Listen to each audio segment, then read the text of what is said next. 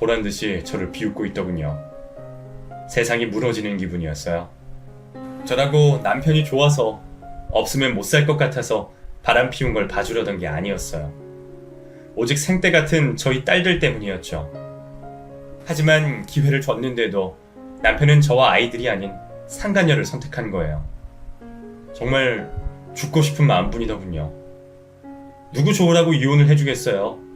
절대 이혼 못 해주겠다고 버텼죠. 그리고 바로 상간녀 소송도 걸었어요. 이쯤 되니 시어머니와 다른 가족들도 이 사실을 알게 됐어요. 팔은 안으로 굽는다고 전 시어머니가 당연히 남편 편을 들 거라고 생각했어요. 하지만 이게 웬걸. 시어머니는 저를 나무라긴커녕 오히려 남편에게 역정을 냈습니다. 어디 할 게 없어서 처자식 있는 가장이 계집질을 해? 내가 널 그렇게 키웠냐? 그럴 거면 내 집에서 나가. 엄마, 정말 이럴 거야? 내가 뭘 그렇게 잘못했다고? 사랑이 죄야? 이게 뚫린님이라고. 그 상간녀를 그렇게 사랑하면 그년 집에 가서 살아라. 내 집에서 이러지 말고. 급기야 시어머니는 남편을 내쫓아버렸어요. 하지만 남편은 반성하긴커녕 기다렸다는 듯이 집을 나가 상간녀와 따로 살림을 차려버렸죠. 그리고 아예 저와는 연락도 하지 않았고요. 줄기차게 이혼 서류만 보내기 시작했어요. 그렇게 허울뿐인 결혼 생활을 유지하자니 너무나 황망한 심정이더군요. 이렇게 살아서 뭐하나 싶더라고요. 결국 반년도 못 가 남편이 보내온 이혼 서류에 도장을 찍어줬어요. 남편은 아이들에 대한 양육권과 친권마저 포기하겠다고 하더군요. 어떻게 저뿐만 아니라 아이들에게까지 이런 상처를 줄 수 있는지 너무나 참담한 심정이었어요. 이혼까지 했으니 더는 시댁에 있을 이유가 없었어요. 짐을 싸서 애들과 나가려는데 갑자기 시어머니가 저를 불러 통장 하나를 건네더군요. 거기엔 당장 빌라 전세 정도는 너끈히 구할 만큼의 큰 돈이 들어있었어요. 하지만 차마 받을 수 없어 거절했죠. 어머님, 제가 이제 어머님 며느리도 아닌데 이렇게 큰 돈을 어떻게 받아요? 저 못 받아요. 그냥 넣어둬라. 상철이 그놈이 못 주는 위자료 대신 내가 주는 거라고 생각하고.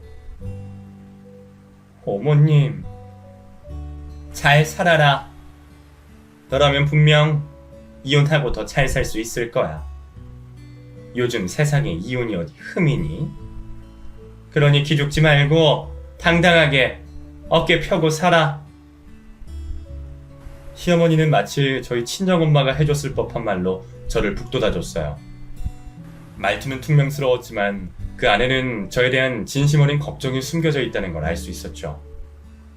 전 감사한 마음으로 그 통장을 받아들고 시댁을 나왔어요. 그리고 아이들과 홀로 서기를 시작했죠. 이혼하고 여자 혼자 몸으로 두 아이를 키운다는 게 쉽진 않았어요. 그새 그 상간녀와 재혼한 남편은 위자료는 고사하고 양육비조차 제때 보내주질 않았네요. 외국은 그럴 경우 계좌에서 강제로 돈을 빼 넘겨준다는데 우리나라는 법적으로 강제할 수 있는 방법이 없더라고요. 그렇다고 손가락만 빨고 있을 수는 없으니 죽기 살기로 일했어요. 빌딩 청소, 식당 설거지, 대리운전. 돈이 되는 일은 뭐든 다 했던 것 같아요. 그런데도 돈이 모이긴커녕 줄줄 새더군요. 그야말로 하루 벌어 하루 먹고 사는 인생이었죠. 아이들 생일에 케이크 하나 사줄 돈이 없어 밀가루에 설탕을 넣어 팬케이크랍시고 부쳐준 적도 있었는데요. 아이들은 제 눈치를 보느라 그랬는지 너무 맛있다면서 우리 엄마 최고라면서 웃어주더군요. 그게 얼마나 미안하고 죄스러웠는지 몰라요. 괜히 이혼한 걸까, 그냥 참고 살 걸 그랬나 하는 바보 같은 후회도 했죠.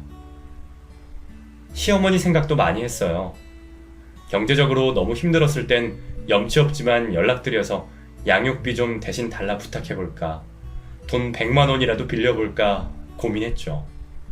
하지만 차마 용기가 나지 않아 전화 한 통 못했네요. 그래도 좀 먹고 살만해졌을 땐 그냥 안부가 궁금했어요. 과연 잘 지내시는지, 전 남편이 속을 썩이지는 않는지. 하지만 뭔가 다른 걸 바라고 연락했다고 오해하시면 어쩌나 싶어 또 전화를 못 하겠더라고요. 그렇게 1년, 2년, 3년 시간은 화살같이 빠르게 흘러갔습니다. 그러던 어느 날이었어요. 평소처럼 일하던 가게에서 출근해 장사 준비를 하는데 모르는 번호로 전화가 오더군요. 받아보니 병원이라 하대요. 직감적으로 뭔가 시어머니에게 큰일이 생겼구나 싶었습니다. 아니나 다를까 시어머니가 위독하니 빨리 오라고 하더군요. 네? 어머님이 위독하시다고요? 뭐 때문에요? 어머나, 모르셨어요? 환자분이 큰며느리에게 전화 좀 걸어달라고 해서 아시는 줄 알았는데. 위암 투병 중이십니다. 수술도 받고 항암 치료도 했는데 결과가 안 좋아서 원. 여하튼 빨리 오셔야 할 것 같아요. 머리를 망치로 한 대 얻어맞은 기분이었어요. 간신히 정신을 차린 뒤 가게 사장님께 사정을 설명하고 바로 병원으로 달려갔죠.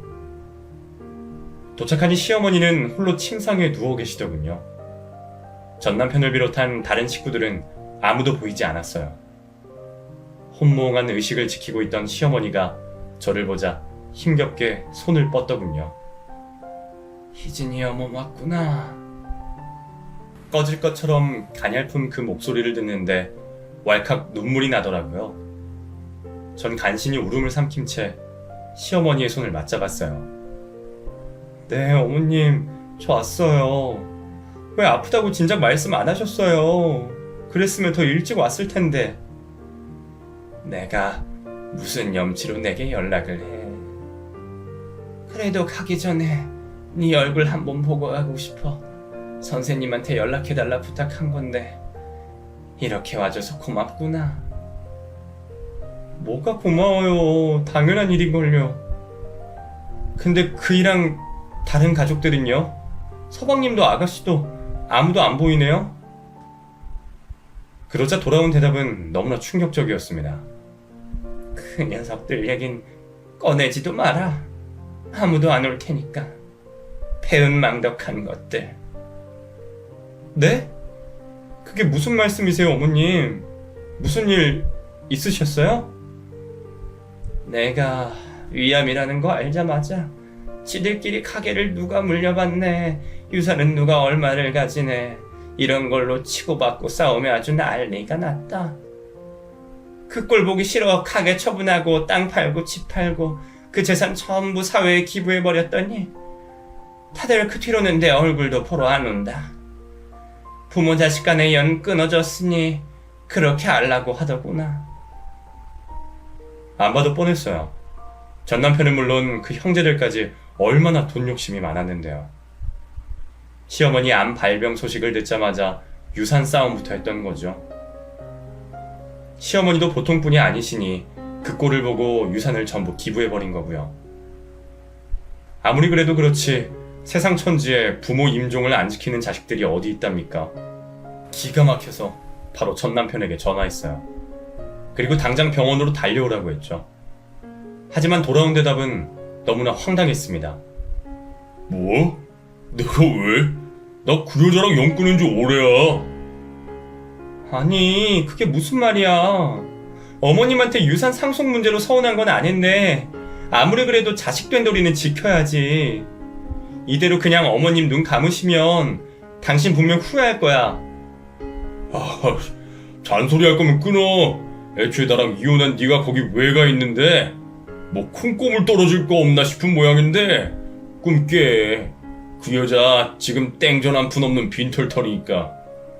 병원비도 병원에 기부금조로 전부 보내버려서 그 여자 죽는다고 해도 돌려받을 거 없다고. 내가 지금 돈 때문에 이러는 것 같아? 어머님 지금 정말 위험해. 병원에선 오늘 내일 한다고. 빨리 가족들 부르라고 야단이라고. 어머님도 아무 말씀 안 하시지만 내 힘으로는 당신 얼마나 보고 싶겠어. 그럼 기부한 내 재산 다시 찾아오라고 해. 지금 내가 주식으로 생긴 빚만 3억이야. 직장에서도 잘렸고 지금 마누라한테도 이혼당할 판이라고. 나 이렇게 만든 거? 우리 엄마야. 우리 집 재산만 내가 제대로 물려받았어도 내가 이 모양 이 꼴로 안 산다고. 전 남편은 도무지 대화가 통하지 않았어요. 몰랐는데 주식으로 진 빚 때문에 제정신이 아닌 것 같더라고요. 결국 포기하고 서방님과 아가씨에게 전화를 걸었는데요. 그들 역시 반응은 크게 다르지 않았습니다. 몇 년 전 결혼한 서방님은 아이가 아프다고 하고 아가씨는 일 때문에 지방에 있다고 하더군요. 핑계는 다 달랐지만 말을 섞어보니 알겠더라고요. 유산 문제로 마음이 상해 제 엄마의 죽음을 모른 척 한다는 걸요. 심지어 아가씨는 엄마 병원비는 어떻게 해결하고 있냐고, 혹시 빚이 있어서 자식들에게 상속되는 건 아니냐고 걱정하더군요. 어떻게 사람이 그럴 수가 있는지 참. 그놈의 돈이 뭐길래 돈 앞에선 다들 짐승만도 못하더라고요. 결국 시어머니의 임종을 지킨 건 저 혼자였어요. 이상하게 제가 면목이 없어 차마 시어머니 얼굴을 쳐다보지 못했는데요. 시어머니는 그런 제 마음을 아는 것처럼 손을 꼭 잡고 웃어주셨어요. 그러고는 미안하다. 내가 너한테 좀 따뜻하게 대해줬어야 했는데 부디 나한테 받은 아픈 기억일랑 다 잊고 행복하게 살거라 말씀하셨죠. 금방이라도 꺼질 것 같은 목소리로 한자 한자 그렇게 내뱉으시는데 어찌나 눈물이 나던지. 그런 시어머니를 붙잡고 제발 가지 말라고 조금만 더 사시라고 울부짖었던 것 같아요. 지금 생각해보면 참 후회돼요. 편하게 가시라고 좀 더 웃는 낯으로 보내드릴걸. 어쨌든 시어머니는 그렇게 조용히 세상을 떠나셨어요.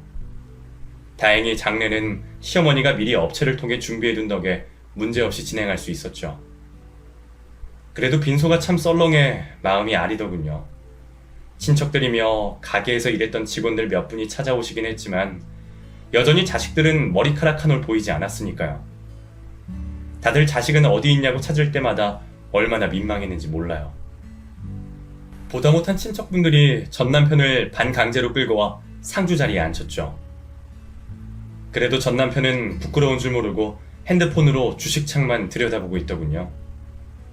심지어 나중엔 제가 시어머니 재산을 몰래 빼돌린 게 아닌가 하는 의심까지 하더군요.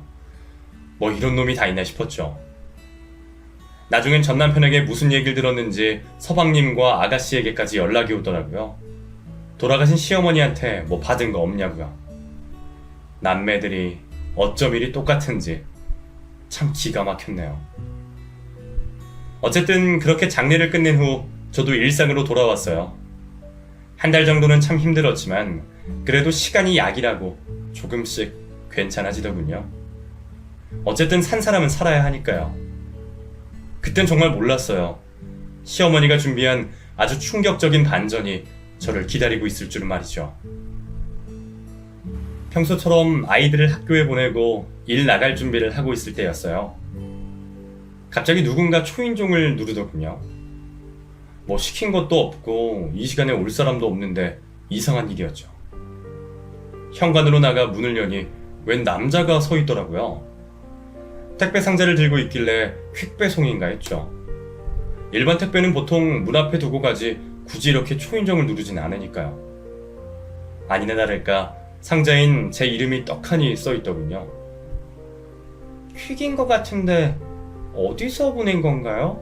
전 뭐 주문한 게 없는데. 제 말에 남자는 순간적으로 당황한 표정을 지었어요. 뭐라 입도 못 열고 한참 머뭇거리기에 이상하다 싶었는데 갑자기 남자가 너무나 충격적인 말을 했습니다. 강영숙 씨 맞으시죠? 작고한 이춘희 사모님께서 전달하셨습니다. 생각지도 못하게 시어머니 이름이 튀어나와 얼마나 놀랐는지 몰라요. 그래서 저도 모르게 뒤로 한 발짝 물러섰죠. 네? 저희 어머님이 보냈다고요? 아니, 돌아가신 분이 어떻게 제게 퀵을 보낸단 말이에요? 어디서 오신 분이신가요? 이런 몹쓸 장난질 시키신 게 대체 누구예요? 안 그래도 그쯤에 동네에 누가 익명의 택배로 죽은 동물의 사체나 오물 같은 걸 무작위로 보낸다는 흉흉한 소문이 돌고 있었거든요. 혹시 전 남편이나 그 동생들이 비슷한 짓을 벌인 건 아닐까 싶더군요. 아직도 제가 돌아가신 시어머니 재산을 빼돌린 건 아닐지 의심하는 인간들이었으니까요. 흥분한 제가 따지고 들자 남자는 꽤나 당황한 눈치였어요. 몹쓸 장난질이라뇨? 전 그냥 퀵배송 일하는 사람입니다. 여기 회사 조끼도 입고 있잖아요. 남자는 다급하게 걸치고 있던 옷을 보여줬어요. 확실히 물류회사 상호가 박혀있더군요. 그러면 대체 돌아가신 분이 어떻게... 사모님이 지난 3월에 저희 회사에 연락해서 미리 예약을 해 두셨거든요. 저흰 돈을 받았으니 그 사모님 의뢰대로 물건을 전달하러 온 것 뿐이고요. 남자가 핸드폰을 꺼내 예약 내역을 보여줬어요. 날짜를 보니 시어머니가 돌아가시기 딱 사흘 전이더군요. 생사의 갈림길에 서 있던 양반이 그 와중에 퀵 예약은 왜 한 건지, 도대체 제게 뭘 주고 싶었던 건지 알 수가 없었어요. 어쨌든 남자가 건네준 종이에 서명을 하고 상자를 받아들였어요. 그리고 그 자리에서 바로 뜯어봤죠. 시어머니가 쓴 것으로 추정되는 작은 편지 하나와 웬 수첩이 한 권 들어있더군요. 당장 편지부터 읽어봤어요. 내 하나뿐인 큰며느리 영숙이 보아라. 그 첫 문장부터 눈물이 핑 돌더군요. 전 계속해서 시어머니의 편지를 읽어나갔어요. 네, 너한테 그리 좋은 시어머니가 아니었다는 걸 안다. 어릴 때 부모 잃고 외롭게 자란 너를 어른으로서 품어줬어야 했는데 도량이 좁아 참 모질게도 괴롭혔지. 아직도 부끄럽고 미안하게 생각한다. 사실 언젠가 네가 아팠을 때 울면서 엄마를 찾을 때가 있었다. 어찌나 애절하게도 찾던지 내가 다 가슴이 아릴 정도였지. 그제야 너도 누군가의 눈에 넣어도 안 아플 소중한 딸이었겠구나 싶더구나. 얼굴도 본 적 없는 안싸돈에게 얼마나 죄스럽던지. 그 뒤로는 내 너에게 정말 잘해줘야지 다짐했는데 결국 그 사달이 나고 말았지. 상철이가 내게 그런 몹쓸 짓을 한 것도 따지고 보면 내가 다 아들을 잘못 키웠기 때문이다. 네 앞에서 무릎 꿇고 사과해도 모자랄 일이었는데 그냥 모른 척하고 말았구나. 네가 상철이와 이혼 후 집을 떠난 뒤로 얼마나 후회했는지 모른다. 든 자리는 몰라도 딴 자리는 티가 난다고. 마치 손가락 하나를 잃은 것처럼 가슴이 허하더구나. 있을 때 잘해줄 걸 후회도 많이 했지. 그래서 내 이미 평생에 걸쳐 모은 전 재산을 다 사회에 기부했지만 딱 하나, 제일 귀한 보물 하나는 계속 가지고 있었다. 언젠가 내게 주고 싶어서 말이지. 그걸 이 택배에 함께 동봉하니 요긴하게 쓰거라. 딸 같은 며느리라는 말 믿지 않았는데 넌 정말 내게 딸 같은 며느리였다. 시어머니가 저를 위해 남겼다는 유품은 다름 아닌 수첩이었어요. 떨리는 손으로 한 장씩 수첩을 넘겨보던 저는 울컥한 마음에 입을 틀어막았어요. 그리고 차오르는 감정을 감당하지 못하고 그 자리에서 정신을 놓고 말았습니다. 다시 눈을 떴을 땐 택배를 전해준 퀵기사가 저를 내려다보고 있더군요. 괜찮으세요? 정신이 드세요? 네, 괜찮아요. 갑자기 쓰러지셔서 얼마나 놀랐는지 몰라요. 지금 119 불렀으니까 조금만 기다리세요. 아이고, 무슨 119까지. 그냥 놀라서 그랬던 거예요. 괜찮아요. 아니에요. 방금 혼절했다 일어나신 거라니까요. 병원 가서 어디 이상 있는 건 아닌지 검사는 받아보셔야죠. 아니요. 정말 괜찮아요. 저를 걱정하는 퀵기사를 간신히 설득해 119도 취소했어요. 그리고 집으로 돌아와 찬물을 마시고 세수를 해 놀란 가슴을 진정시켰죠. 그렇게 한두 시간쯤 지나니 진정이 좀 되더라고요. 그제야 시어머니가 남겨주신 수첩을 한 번 더 찬찬히 들여봤어요. 그 안에는 시어머니 말씀처럼 그분이 제일 소중하게 여겼던 보물이 담겨 있었어요. 맞아요. 바로 시어머니가 평생을 일궈온 식당에서 팔던 음식의 비법 레시피였죠. 사실 전 남편과 그 형제들이 제게 혹시 시어머니 레시피를 받진 않았냐고 묻기도 했어요. 시어머니 식당이 그렇게 대박이 날 수 있었던 것도 다 특이한 음식 맛 때문이었거든요. 그 맛을 재현해낼 수만 있다면 시어머니처럼 가게를 차려서 대박을 낼 수 있다 여긴 거겠죠. 그땐 전혀 모른다고 대답했었는데 설마 이렇게 시어머니에게 뜻밖의 선물을 받게 될 줄이야. 수첩에 들어가는 재료 하나하나 어찌나 상세하게 적혀 있는지 그대로 따라만 하면 되겠더라고요. 당시 제 수중에 가진 재산이라곤 한 푼도 없었어요. 고민하던 저는 시어머니가 주신 집 보증금을 빼고 작은 원룸으로 들어갔고요. 그렇게 생긴 목돈으로 장사를 시작했습니다. 단순히 돈 욕심 때문에 그런 건 아니에요. 시어머니가 얼마나 그 가게를 아꼈는지 알았기에 되찾아드리고 싶은 마음도 있었고요. 시어머니의 레시피를 잊지 않고 세상에 남기고 싶기도 했죠. 모아둔 돈이 많지 않아 처음엔 길바닥에서 노점 장사로 시작했는데요. 시어머니가 알려준 레시피대로 만든 요리가 입소문이 나면서 점점 손님들이 몰려들기 시작했죠. 나중엔 아예 길게 대기줄까지 생겨 주변 가게들의 원성이 자자할 정도였네요. 돈이 돈을 부른다고 그렇게 모은 장사 미천으로 가게를 냈고요. 그러자 더 많은 손님들을 받을 수 있게 되면서 매출이 5배 가까이 뛰었습니다.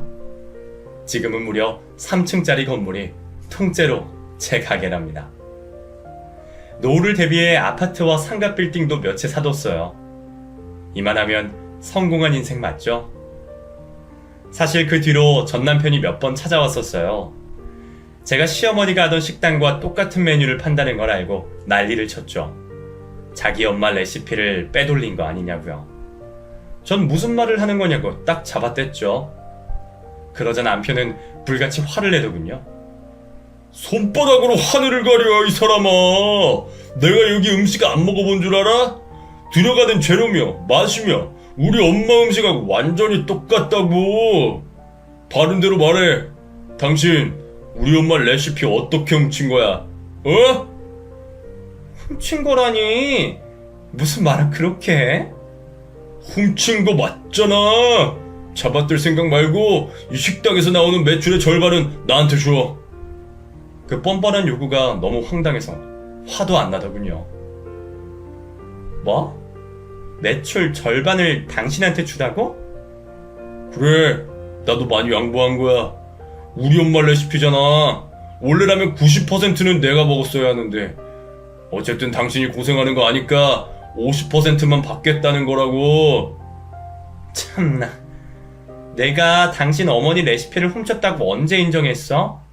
헛소리 말고 꺼져. 하늘에 계신 어머님이 울겠다. 뭐? 진짜 끝까지 잡아들 작정이야? 안 그럼 어떻게 이렇게 우리 엄마가 만든 음식하고 맛이 똑같은데? 글쎄, 그냥 만들어 봤는데 이 맛이 나던데? 시집살이 할 적에 하도 독하게 살림을 배워서 그런가? 아님 하늘에 계신 어머님이 내 꿈에 나와서 슬쩍 레시피를 알려주신 건지도. 불효자식인 당신하고 당신 형제들이 어머님 외면할 때 내가 임종 지켜드렸잖아. 그게 고마우셨나 보지. 제 말에 남편은 꿀먹은 벙어리가 돼 아무 말도 못했어요. 임종을 지키지 않았다는 게 꼴에 죄스럽긴 한가 보더군요. 하지만 그것도 잠시. 남편은 씩씩거리며 다시 입을 열었어요. 당신 계속 이렇게 나오면 나도 법적으로 소송 걸 수밖에 없어. 우리 엄마 레시피 훔친 게 확실한데 소송 걸면 당신 분명 패소한다고. 그러니까 좋은 말로 할 때 그냥 매출 반띵하는 걸로 끝내. 참나. 소송 얘기하면 누가 두려울 줄 알고? 어디 해봐. 그 소송. 있는 거라곤 빚뿐인 당신이랑 억대 매출 내는 나랑 법적 싸움하면 누가 이길 것 같은데? 난 당장 대형 로펌 변호사도 얼마든지 선임할 수 있는데? 그렇게 나온다 이거지? 좋아, 어디 두고 보자고. 남편은 어지간히 분했나봐요. 서방님이랑 아가씨한테까지 말해서 셋이 돈을 모아 변호사를 선임했더군요. 그리고 정말로 저를 고소했죠. 하지만 승패는 너무나 뻔했어요. 애초에 음식 레시피는 저작권 대상이 되지도 않았고요. 제가 시어머니 레시피를 훔쳤다는 증거가 어디에도 없었으니까요. 오히려 시어머니가 제게 정식으로 레시피를 물려줬다는 증거인 편지와 수첩만 있을 뿐이었죠. 결국 재판은 제대로 진행되지도 못하고 제 무죄로 끝이 났고요. 저는 무고죄로 남편과 그 형제들을 역고소하려 했습니다. 그러자 그제야 남편은 잘못했다면서 싹싹 빌더군요. 미안해 영수가. 너도 알다시피 나 요즘 사정이 회사 잘린 뒤로 아내랑도 별거 중이고 인생 진짜 왜 사나 싶어. 나 그래도 희진이 수진이 아빠잖아. 제발 한 번만 사람 살리는 셈 치고 고소만은 하지 말아주라. 응? 그 꼴을 보는데 동정심이 들긴커녕 가소롭기만 하더군요. 특히 수세에 몰리니 제 딸들을 입에 올리는 게 너무 화가 났어요. 네가 왜 우리 딸들 아빠야? 상간녀한테 눈이 멀어 양육권, 친권 포기한 게 누군데? 한 번만 더 내 딸들 이름 입에 올려봐. 그땐 정말 죽여버릴 거니까. 영수가. 됐고 꺼져. 무고죄로 너 역고소 안 하는 게 내가 베풀 수 있는 마지막 은혜야. 이 한심한 동생들한테도 전해. 한 번만 더 나 건드리면 그땐 정말 가만 안 둘 거라고. 알았어. 미안해 영수가. 남편은 꽁지가 빠져라 도망쳐버렸어요. 그리고 그 뒤로 뚝 연락이 끊겼죠. 전 시댁 친척 어르신을 통해 들으니 이 망할 인간은 여전히 정신을 못 차리고 이번엔 사채에 손을 댔나 보더라고요. 결국 사채업자들에게 쫓기는 신세가 돼 그 상간녀와 같이 이리저리 떠돌고 있다더군요. 서방님도 야심차게 시작한 사업이 망해 길바닥에 나앉을 판이고요. 아가씨도 그놈의 사치병 때문에 결국 남편에게 이혼당하고 혼자 외롭게 살고 있다고 하더군요. 자식들이 하나같이 사는 꼴이 이 모양이니 시어머니께서 하늘에서 얼마나 속상해하실지 걱정이 되기도 해요. 한편으론 그 성격에 꼴 좋다 여기실 것 같기도 하고, 뭐가 됐든 이제 남보다 못한 사이가 된 사람들이니 신경 끄고 살아가려고 합니다. 어쨌든 저는 잘 지내고 있어요. 자식 농사도 나름 성공한 것 같고요. 큰딸은 교사로 일하다가 의사한테 시집가서 자기 가정을 잘 꾸렸고요. 둘째 딸도 변호사로 열심히 활약하고 있답니다. 올 봄엔 손주도 태어나서 그 녀석 재롱 보는 맛에 살고 있죠. 늘 밑바닥 인생을 살던 제가 이런 성공을 거두게 될 줄은 정말 몰랐어요. 이게 다 돌아가신 시어머니의 은혜 덕분이죠. 조만간 시어머니를 모신 절에 한번 다녀와야겠어요. 오랜만에 이야기를 꺼냈더니 보고 싶어지네요.